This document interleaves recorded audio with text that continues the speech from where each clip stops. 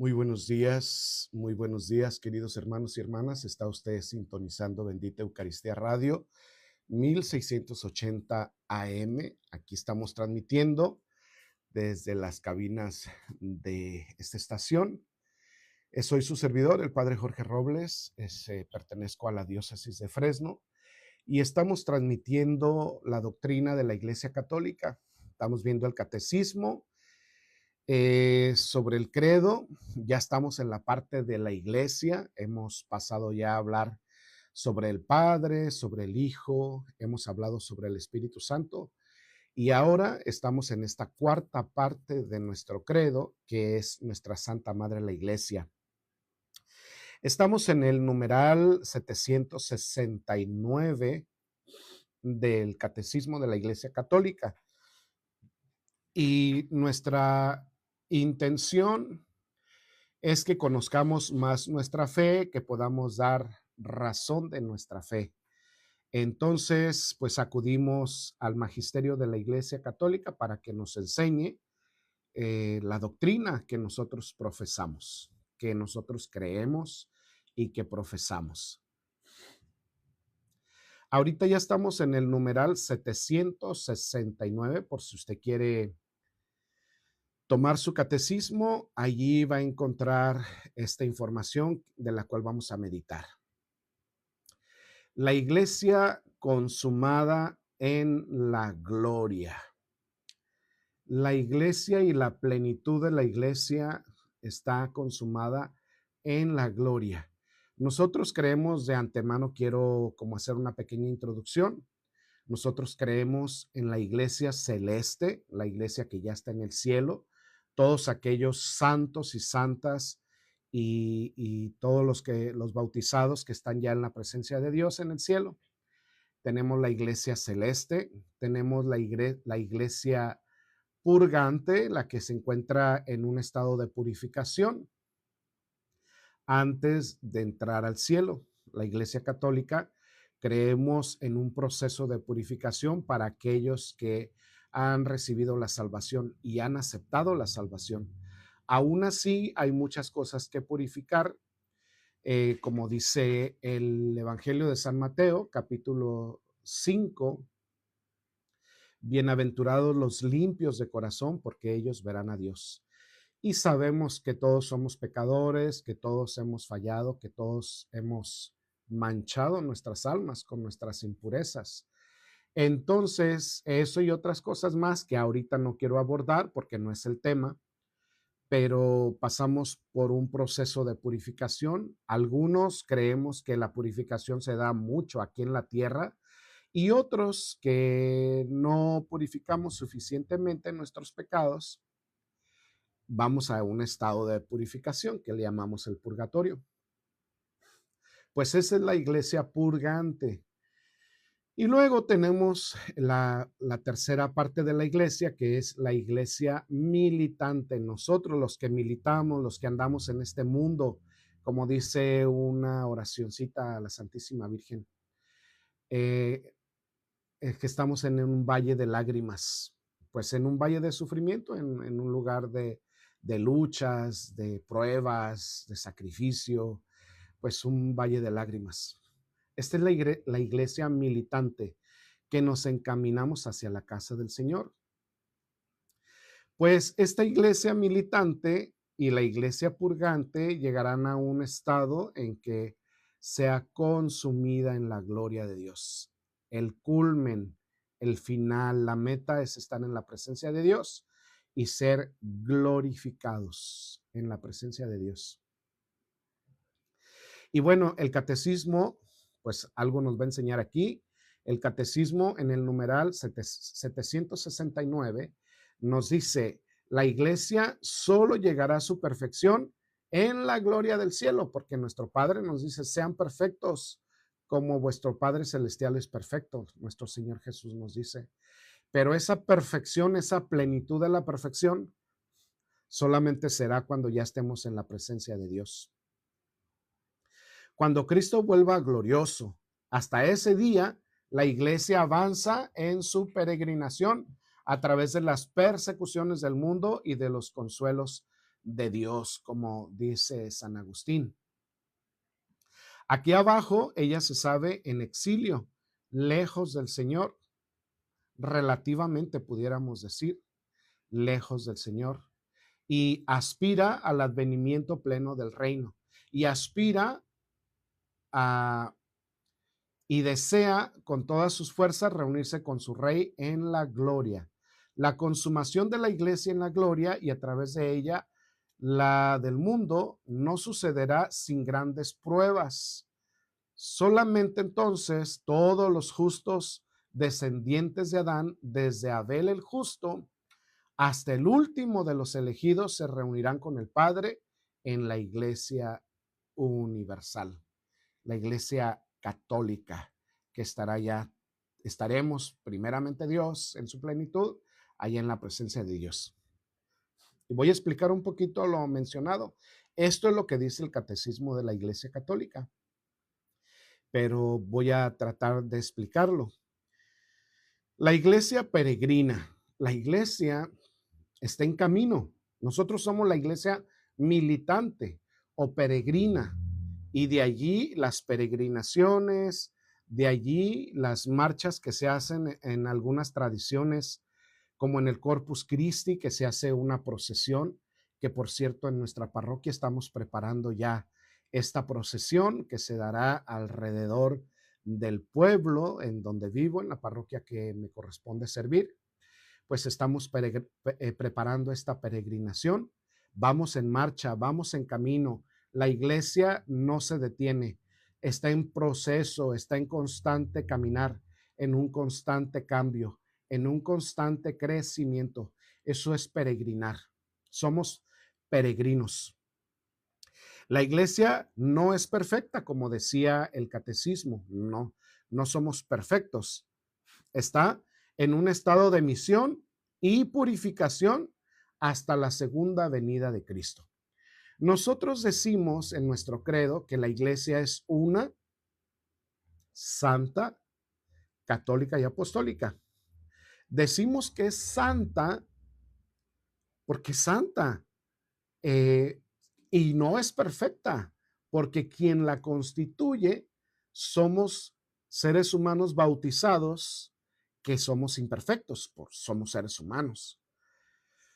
Pero quien le da la santidad es el Espíritu Santo que habita en nosotros. Primera de Corintios 3:16. Ustedes son templos del Espíritu Santo. Ustedes son santos porque el que habita en ustedes es santo, dice la palabra de Dios. No por nuestros méritos, sino por aquel que se derramó en Pentecostés y que habita en la iglesia, la santifica. Y dentro de esta santificación hay algunas personas que con un estado de heroísmo han vivido ciertas virtudes, como San Francisco, Santa Teresita, San Juan Crisóstomo, San Agustín y todos aquellos que la iglesia ha canonizado bajo un proceso de investigación, etcétera. Pero pues también habemos personas pecadoras, y también la gracia de Dios de algún modo pues nos está empujando en este peregrinar hasta el día de la consumación. Y seremos perfectos el día en que estemos en la presencia de Dios. Y purificación, seremos purificados hasta también en la segunda venida de nuestro Señor Jesucristo, la cual estamos esperando. Entonces también dice el catecismo que la iglesia sufre persecuciones. Y también las bienaventuranzas en el Evangelio de San Mateo, capítulo 5, nos habla de que seremos bienaventurados los perseguidos por causa de la justicia, porque de ellos es el reino de los cielos. Pues la iglesia sufrirá y sufre y sigue sufriendo persecuciones, mas no será destruida, porque Él lo ha dicho: yo estaré con ustedes todos los días hasta que se acabe el mundo. Pero bueno, la iglesia sufre persecuciones, como Jesús lo advirtió en el Evangelio de San Juan, también en el capítulo 15, versículo 20. El versículo 20. El Evangelio de San Juan en este capítulo dice, acuérdense de la palabra que yo les he dicho. El siervo no es mayor que su señor. Si a mí me han perseguido, también a ustedes les perseguirán. Si han guardado mi palabra, también guardarán la suya. Palabra de Dios. Te alabamos, Señor. Pero también, aparte de esta persecución, pues es que somos llamados a parecernos a nuestro Señor, aún en el sufrimiento, en la cruz y pues en estas persecuciones. Pero también recibe consuelos divinos, no solamente persecuciones y cruz, porque pues estaría cañón, ¿verdad? Aguantamos un ratito. Yo a veces que estamos pasando luchas, estamos pasando dificultades, enfermedades, pues nuestras cruces, ¿verdad? Pero hay días en que, ay, ya no quis, ya, Señor, ya párale.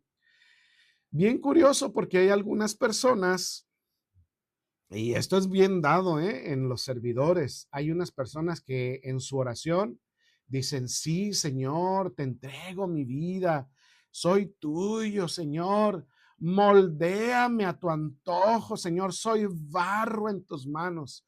Aguas con lo que pedimos. Mucho cuidado con lo que pedimos porque el Señor se la toma muy en serio. Y luego vienen las persecuciones, vienen las enfermedades, vienen las dificultades y ya nos andamos quejando. ¿Por qué a mí, Señor, si yo te sirvo? Bueno, pues no se lo cantaste, no andabas allí de meloso y de ofrecido o de ofrecida, diciéndole al Señor que te moldee, que soy barro en tus manos, este, quiero ser un vaso nuevo. No le cantamos el vaso nuevo. Yo quiero ser, Señor amado. Pues aguante vara, aguante. Hay que aguantar. Sí, pues si anda de ofrecido y cantándole, o mejor, mire, si usted piensa que no va a aguantar, pues pídale la gracia al Señor. Además, el Señor no nos da más de lo que no podamos aguantar. Y si pasamos por dificultades, Él nos concederá la gracia. Santa Teresa decía de Ávila, Señor, pídeme lo que quieras y dame lo que me pides. Si el Señor está permitiendo una lucha, una batalla, un sufrimiento, una enfermedad, pues no es que los quiera, pero los permite para su bien, para su crecimiento, para acercarnos, para asemejarnos a Él. Pero pídale la gracia. No se queje, no reniegue, no rezongue. Dígale, Señor, estoy pasando por momento difícil. Dame tu gracia para saberlo llevar con amor, con santidad, lo que el Señor permita vivir, pero también en medio de las luchas, de las enfermedades, de la cruz, de las persecuciones, también el Señor nos ha prometido que nos daría consuelos y serían consuelos divinos. Fíjense, en el libro de los Hechos de los Apóstoles, en el capítulo 9, versículo 31, dice, entonces las iglesias tenían paz. Estamos hablando del capítulo 9. Allí más o menos en el capítulo 9 es cuando San Pablo estaba, había ya perseguido a la iglesia y estaban en una persecución feroz, tremenda. Pero allí Pablo, ya en el capítulo 9 también, da testimonio del encuentro que tuvo él con el Señor. Y bueno, empezó a pacificarse el asunto porque Pablo parecía que llevaba las riendas de esta persecución allí a nivel Jerusalén y los alrededores. Pero hubo un espacio también de pacificación. Dice en el capítulo 9 del libro de los Hechos de los Apóstoles, versículo 31, dice, por aquel entonces las iglesias tenían paz por toda Judea, Galilea y Samaria, pues en toda la región de Israel, y eran edificadas, andando en el temor del Señor y se acrecentaban y se fortalecían con el Espíritu Santo. También la iglesia, aparte de ser peregrina, eh, también la iglesia vive el exilio, pero en la esperanza, exiliada, pero en esperanza. La imagen de exilio, basada pues también en el capítulo 2 de la carta a los Corintios, en el capítulo 5, versículo 6, dice, así que vivimos confiados siempre y sabiendo que entre tanto que estamos en el cuerpo, estamos ausentes del Señor, porque por fe andamos, no por vista. Acuérdense que la fe, los hebreos en el capítulo 11 la describe como aquello que en lo que se cree sin ver. La fe es creer en aquello que no se ve. Y aquí San Pablo dice, porque por fe andamos, no por vista, pero confiamos y más quisiéramos estar ausentes del cuerpo y presentes en el Señor. Por tanto, procuremos también, o ausentes o presentes, serle agradable. ¿De qué manera puedo yo agradar al Señor? Fíjense, hay tanta cosa en el mundo, tanto mundo en el corazón, que hay mucha gente que ni se preocupa, ni piensa, ni se le ocurre, ni tiene la mínima idea de decir, ¿cómo te puedo agradar, Señor? ¿Qué puedo hacer yo, Señor, que esté en mi vida, en mi alcance, en mis capacidades, en los talentos, cualidades, virtudes que tú me has dado, en mi capacidad, en sabiduría, en conocimiento, en mis fuerzas físicas? ¿Qué puedo hacer yo para agradarte? No se le ocurre a la gente. No se le ocurre. Lo que se le ocurre es, ¿qué puedo hacer yo para ganar dinero? ¿Qué puedo hacer yo para hacer fortuna? ¿Qué puedo hacer yo para tener un segurito? ¿Qué puedo hacer yo para asegurar mi futuro? Eso sí se nos ocurre. Y vaya que le damos vuelta a la mente y le buscamos. Invertimos energía, invertimos en tiempo, en trabajo, para ganar cosas que aquí se van a quedar en el mundo, como si fuéramos a ser eternos. Eso sí nos preocupa y a eso sí le damos vuelta. Pero mucha gente no se le ocurre pensar cómo te puedo agradar. Claro que necesitamos vivir y trabajar para pagar, pues para pagar las cosas que tenemos porque estamos en este mundo. Porque luego también hay esa excusa de la gente que dice, pues estamos en el mundo, pues sí estamos en el mundo, pero dice San Juan en el capítulo 17, estamos en el mundo, pero no somos del mundo. Y habemos gente que pareciera que somos y que le pertenecemos al mundo y vivimos como el mundo. Hasta en algunas parroquias se hacen actividades, se hacen fiestas paganas que dan pena, que dan vergüenza. Y digo yo, pues, ¿por qué yo tengo que darle a la gente más mundo de lo que el mundo les da? ¿Por qué no aprovechar la oportunidad para hacer nuestros eventos y buscar el modo de evangelizar? Y buscar el modo de nosotros también transmitir el mensaje del Señor. ¿Por qué le voy a dar más mundo al mundo? Más mundo de lo que el mundo le da a la gente, pues. Nos preocupa demasiado. Y es muy triste toda esta cuestión también de dejarnos, es peligroso, de dejarnos llevar por la corriente del mundo. Hay gente que dice, es que la iglesia está muy anticuada. Yo diría que el evangelio y el amor de Dios y sus leyes nunca son anticuadas.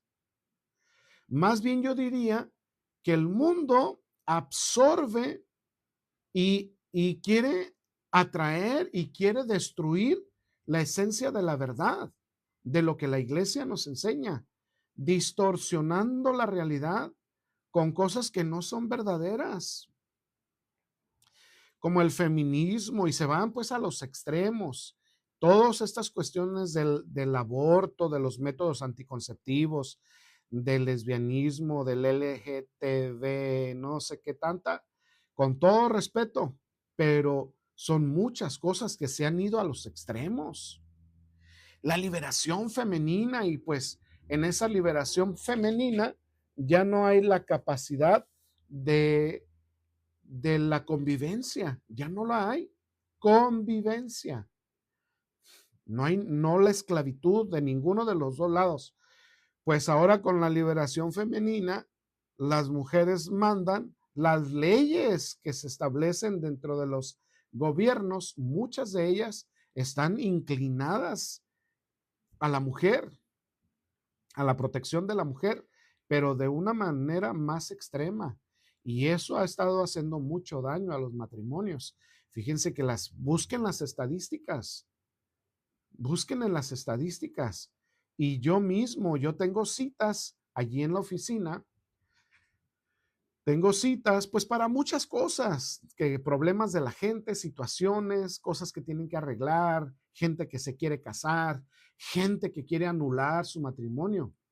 Y así como tengo citas para gente que se quiere casar, tengo citas para gente que quiere anular y gente que no le interesa ni siquiera anular. Viven con una y con otra persona. A mí se me hace bien triste la gente aquí por la modernidad. Pobres niños. Ahí traen a los niños con la tía, con la abuela de la mujer que dejó y con los parientes del hombre que dejó. Y no, es un desastre con el cuidado de esos niños. Yo digo, si los van a traer así, mejor regálenlos. Regálenlos. Yo creo que les haría más bien. Pobres niños. Y todavía no acaban de arreglar su situación cuando ya están metidos en otra. Todavía no acaban de solucionar sus problemas internos cuando ya están involucrados en otra relación. A ver si esta funciona, pero es que el problema no es la relación, a veces está dentro de uno mismo. Y no es que la iglesia está muy anticuada, pues tú estás tan moderno que las cosas no están funcionando. Estamos tan modernos que ahorita estamos en una guerra de los países allá en Asia, en Medio Oriente.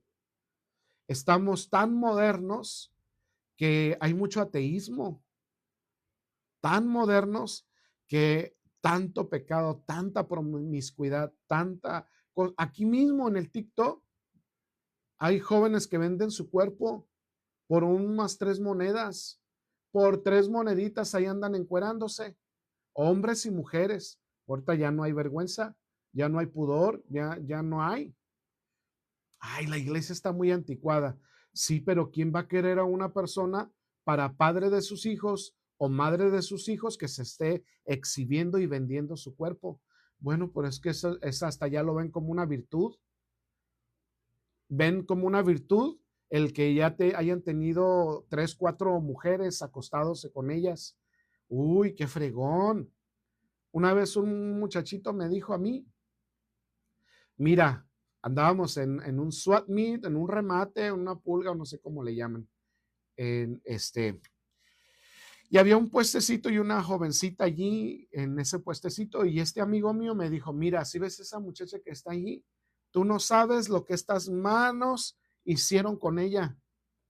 Así como presumiéndome la maldad. Es que ya no hay vergüenza. Es que ya hasta es como una especie de virtud enseñando sus partes, su cuerpo. Ya no hay pudor, no lo hay. ¿A dónde vamos a llegar? Los hijos de esa gente, ¿qué educación van a recibir? ¿Qué respeto?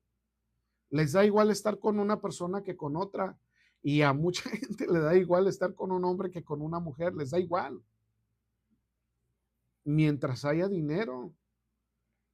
Y quieren que la iglesia se modernice, pues es un modo mental, emocional, para no sentirse tan mal. Yo creo que quieren que la iglesia se abra a todas estas cosas que el mundo da y que a lo cual está la gente abierta, pero no, no es que esté anticuada, es que la gente está abusando de la libertad, se está yendo al libertinaje. Eso es lo que yo creo. Los métodos anticonceptivos que se utilizan, no, es que es para la prevención de la vida, ese es nada más interrupción de la vida. No es interrupción, es un asesinato.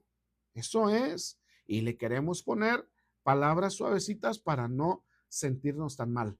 Ahora los doctores, yo no sé por qué, todo mundo, todas enfermeras y doctores clínicas, ahí andan dándole anticonceptivos a la gente. Pues que tenemos que estar modernizados, actualizados.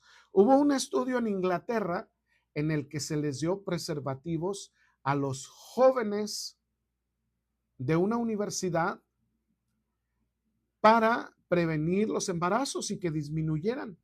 Pues ¿saben qué pasó? Aumentaron. Lejos de disminuir los embarazos, aumentaron, porque la solución no es el preservativo, la solución es la abstinencia, y eso es lo que no nos gusta y lo que no queremos. Pero con todo esto que se abre en el mundo, en estos medios, pues imagínense la educación que estamos teniendo, ¿a dónde vamos a parar? Y pues el enemigo nos jala y estamos en este exilio. Pero bueno, vuelvo aquí al catecismo. Dice, estamos ausentes del Señor, pero ojalá estuviéramos, anduviéramos presentes, viviéramos para el Señor, pensáramos cómo agradarle, pero parece que todo lo contrario. Parece que estamos pensando cómo desagradarle. ¿Cómo le desagradaré hoy? ¿Qué haré para desagradarle? ¿Así? Pues yo creo que no lo pensamos, ¿verdad? Pero lo hacemos. Nuestra conducta y nuestra forma de vivir así lo demuestra, lo manifiesta. Pero vamos a la iglesia y miren, con las manitas juntas, rezamos, cantamos, pero afuera salimos de la iglesia, somos un chamuco cuernudo, bien dado. Pero sí sería muy bueno pensar cómo te puedo agradar yo, Señor. Que eso sea nuestro deseo, nuestra intención. ¿Cómo te puedo agradar? ¿Y de qué manera te estoy desagradando? Pues también. Para eso están los exámenes de conciencia, para meditar el día de hoy qué hice que le haya desagradado al Señor, qué hice que no le agradó y qué puedo hacer para agradarle y hacer pues también un proyecto de vida. Entonces, dice aquí en la primera de Corintios capítulo 5, versículo 8, pero confiamos y más quisiéramos estar ausentes del cuerpo y estar más presentes en el Señor, pues para agradarle a Él, ¿verdad? También el exilio refleja que la iglesia anhela el cielo, su patria definitiva. Esta lo podemos ver en la primera carta, en la carta a los Filipenses, en el capítulo 3, versículo 20, donde dice, nuestra ciudadanía está en los cielos, de donde también esperamos al Salvador, al Señor Jesucristo.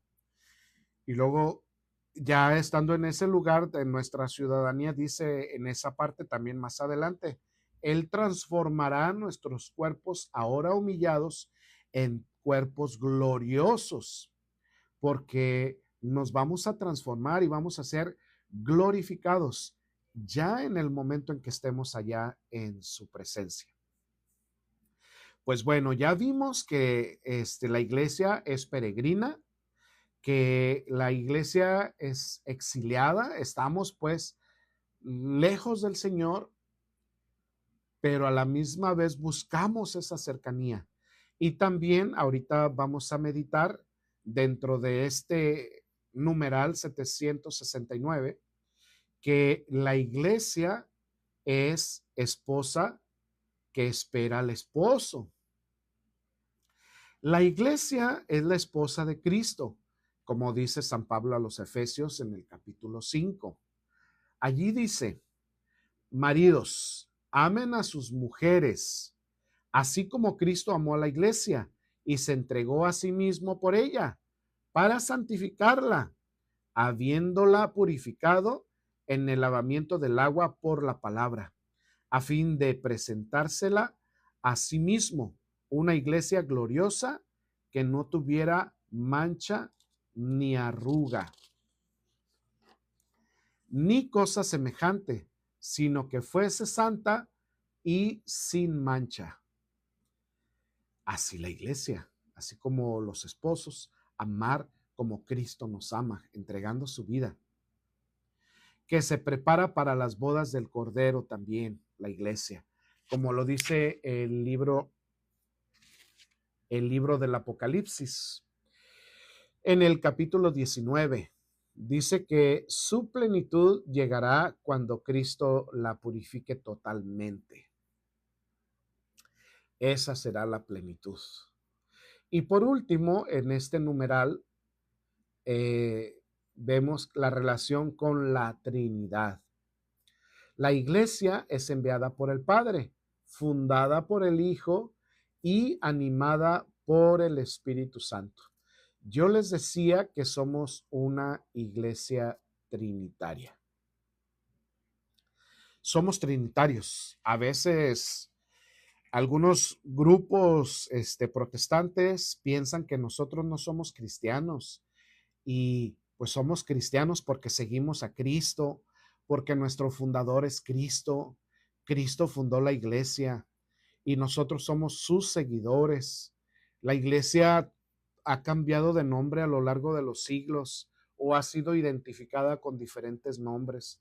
En un principio se les llamaban los del camino, luego se les llamó cristianos, y luego en el mismo lugar donde se les llamó cristianos, en Antioquía, también allí mismo la misma iglesia se identificó como cristianos, seguidores de Cristo. La misma iglesia se autonombró católica. Los que se llamaban cristianos empezaron a hablar de esa iglesia universal, porque ya la iglesia se había expandido por lo que era conocido el mundo. Se consideraba el mundo todo lo que es o lo que era o lo que pertenecía o lo que estaba bajo el dominio del Imperio Romano. La iglesia ya se había expandido por Europa, Asia Menor, el norte de África, pues toda la franja, toda la parte del Mediterráneo, Israel, Siria, Palestina, Alejandría, Roma, ya se había extendido y era la iglesia universal. Ya para el 117, San Ignacio de Antioquía, que es uno de los obispos establecidos por los primeros fundadores, que son los apóstoles, San Ignacio en Antioquía, una de las grandes iglesias, de las iglesias que se desarrollaron mucho, Antioquía. Este obispo en sus escritos, porque tenemos documentos, cartas y cosas en donde ya se habla de la catolicidad de la iglesia católica, ya se menciona. Pero esta iglesia católica está relacionada con la Trinidad. Es una iglesia trinitaria, no solamente cristiana, seguidores de Cristo, pero trinitarios, porque fuimos creados a su imagen y semejanza. Dice el Señor en el capítulo 2 del libro del Génesis: hagamos al hombre a nuestra imagen y semejanza. Dios creó al hombre, dice él, a nuestra, usó la palabra nuestra y no a mi imagen y semejanza. ¿Ven la diferencia? Entonces, allí estaba la presencia de la Trinidad. Y también en otra de esos momentos extraños en que no coincide la gramática, por así decir, es en el capítulo 18 del libro del Génesis, donde Abraham se encontraba con Sara en una de esas tiendas de campaña donde vivían, pues eran como nómadas. Y llegan tres hombres. En el capítulo 18, versículo 3, dice Abraham, Señor, fíjense, no dice, señores, llegan tres y Abraham se dirige a ellos como Señor. Señor, no pases de largo sin detenerte. Y se quedaron los tres y les dio de comer. Y allí fue donde el Señor, o los tres, le dijeron a Abraham, te aseguro que de hoy a un año tu esposa Sara tendrá un hijo. Y Sara, que estaba detrás de la tienda de campaña, allá adentro metida, pero con la oreja parada en el chisme, se rió. Por eso le dijeron que se iba a llamar Isaac, que es el fruto de la sonrisa o el hijo de la sonrisa. Pues, dice, ¿por qué se ríe? No me rí, no me reí. Pero pues ahí está el asunto. Llegan los tres y allí está manifestada la Santísima Trinidad. Y hay otros momentos en que se manifiesta, se hace presente, aunque no se mencione, está la Trinidad. Somos trinitarios. Jesús en el Evangelio de Mateo, capítulo 28, dice, vayan por todo el mundo y anuncien la buena nueva. Al que crea y se bautice, será salvo. Bautícenlos en el nombre del Padre y del Hijo y del Espíritu Santo. Somos trinitarios. La iglesia es trinitaria porque hasta en el bautismo, para tener validez, tiene que tener estos elementos. La fórmula trinitaria y que se eche agua o se sumerja en el agua la persona 3 veces. En el nombre del Padre y del Hijo y del Espíritu Santo. La fórmula trinitaria. No como otros lugares que bautizan en el nombre de Jesús, nada más. Eso no es un bautismo válido para nosotros, porque su mandato era bautizándolas en el nombre del Padre y del Hijo y del Espíritu Santo. Somos una iglesia peregrina, perseguida, militante, que recibe consuelos, pero que la Trinidad está allí, al pendiente de la iglesia. Estamos bajo la protección. Hay martirio de los santos, pero allí está la iglesia. Desde San Esteban, en el capítulo 6 del libro de los Hechos de los Apóstoles, toda la persecución que se llevó después de que Cristo subió a los cielos y hasta la actualidad. La iglesia ha dado mártires, ha dado santos por la gracia del Espíritu Santo. La manifestación del Espíritu Santo y el amor a Cristo, el asemejarnos a nuestro Señor en el martirio, la Eucaristía, que es la presencia de Jesús. Nosotros creemos en la Eucaristía, en la misa. La iglesia anticipa la gloria celestial. Cuando usted va a misa, se adentra al cielo. Es el preámbulo, es el vestíbulo, es la antesala del cielo. Cuando usted va a misa, porque allí creemos nosotros que se hace presente el cielo. Se hace presente toda la corte celestial. Y por supuesto que esto es espiritual. Se hace presente Jesús, presente, real. Y se hacen presentes los santos y nuestra Madre Santísima adorando a Jesús. Nuestra Madre Santísima adorando a Jesús. Se unen y nos unimos a ellos en la adoración y en el amor a Jesús. Y luego lo recibimos. Y nos volvemos custodias que llevamos al Señor a nuestra casa, a nuestro trabajo, a nuestro negocio, al lugar a donde vamos. Y luego también en la caridad. Las obras de misericordia, como dice el Evangelio de San Mateo, capítulo 25, versículos del 31 en adelante. Jesús nos habla de la importancia que tienen las obras de misericordia, porque para él es muy importante el tener cuidado de los pobres. Para Jesús es muy importante el ser humano. Para Jesús, que tú le quieras demostrar al Señor que lo amas, yo te oigo, ha de decir Jesús, te oigo, que tú me alabas, que tú me cantas, que tú me no sé, me pones veladoras, que me enciendes un cirio, que rezas el rosario, pero me lo vas a demostrar con hechos, no solamente con palabras. Que tus hechos hablen lo que tus palabras profesan. Que tus hechos hablen. Porque dice el Evangelio en la carta de San Juan, si tú dices que amas a Dios y no amas a tu prójimo, eres un mentiroso.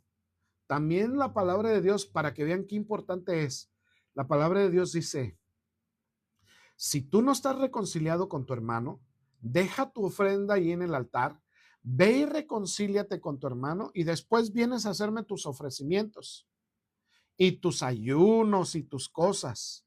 Porque hay gente que ayuna y que hace que el ayuno de Daniel y que el ayuno de no sé quién y que a pan y agua, pero andan de la greña en su casa. Imagine qué es eso. Si el ayuno no te está llevando a una purificación y a un cambio, si no hay un propósito y un proyecto de decir, este ayuno lo voy a ofrecer para yo cambiar en esto, no para dármelas de santo, porque luego hasta el enemigo se puede agarrar de allí para hacerte pensar y creer que ya, hombre, estás en la cúspide de la santidad. Y no, tenemos que tener mucho cuidado con esas cosas. Es acercarnos a todas estas cosas, vivirlas con mucha humildad, con mucha sencillez. Y las obras de caridad, que no sepa tu mano derecha lo que hace la mano izquierda, porque luego aquí también, aquí en los medios, hay mucha gente que presume de sus obras de caridad. Oh, grábame, fílmame para que la gente, mis seguidores, vean que estoy haciendo una obra de caridad. Pero la palabra de Dios dice que no sepa tu mano derecha lo que hace la izquierda. Eso debe de ser. Y es bien importante que lo que hagamos de caridad lo hagamos con mucha discreción, a menos que la obra de caridad que usted quiera mostrarle a alguien sea para su edificación. Pero usted tiene que estar bien consciente de que no lo hace por presunción, ni por dárselo de santo ni de buena gente, sino por caridad a la evangelización, por enseñanza, por dar un buen testimonio y enseñarle a alguien lo que se tiene que hacer, cómo se tiene que hacer, pero no por presunción. Oh, es que yo doy. Los políticos, los políticos anuncian y con platillo y bombazo y lo anuncian y lo reanuncian. Pues si eso qué, que no sepa tu mano derecha lo que hace la izquierda, pero sus intenciones tendrán, que aquí en este mundo se paga. Pero sí tenemos que aprender a hacer obras de caridad. Tenemos que ser caritativos. Y también, hasta para hacer obras de caridad, es un lujo. Para hacer obras de caridad es una, no es un lujo, perdón. Para hacer obras de caridad es un arte, porque hasta tenemos que aprender a hacer las obras de caridad bien. Cuidar mucho lo que damos y cómo lo damos. No, que hay veces a la parroquia hay gente que me llevan unas bolsas de ropa que parece que las sacaron del trasero del burro. Ropa sucia, ropa arrugada, ropa hedionda, rota. Yo digo, pues, ¿para qué me traen esta ropa? ¿Para hacer obra de caridad? No. Yo pienso que esa gente ya no quiere esa ropa y le estorba. Vamos a tirarla. Van y la tiran a la parroquia. ¿Qué es eso? ¿No? Yo pienso que esa gente ya no quiere esa ropa y le estorba. Vamos a tirarla. Van y la tiran a la parroquia. ¿Qué es eso? Ya. Una, cosas que sirvan y otra, que no sepa tu mano derecha lo que hace la izquierda. En lo posible. Pues si se dan cuenta, pues se dieron, ni modo, ¿verdad? Pero que no sea la razón por andar presumiendo. A ver, préndele al video, préndele al live para que me vean, para aumentar en seguidores, para conmover corazones. Pues es que esto de la caridad católica o cristiana debe ser en secreto. Ese es uno de los requisitos. Ese es uno de los requisitos para que sea auténtica caridad y no presunción o alguna ventaja que quiera tomar yo de ello. Puede ser.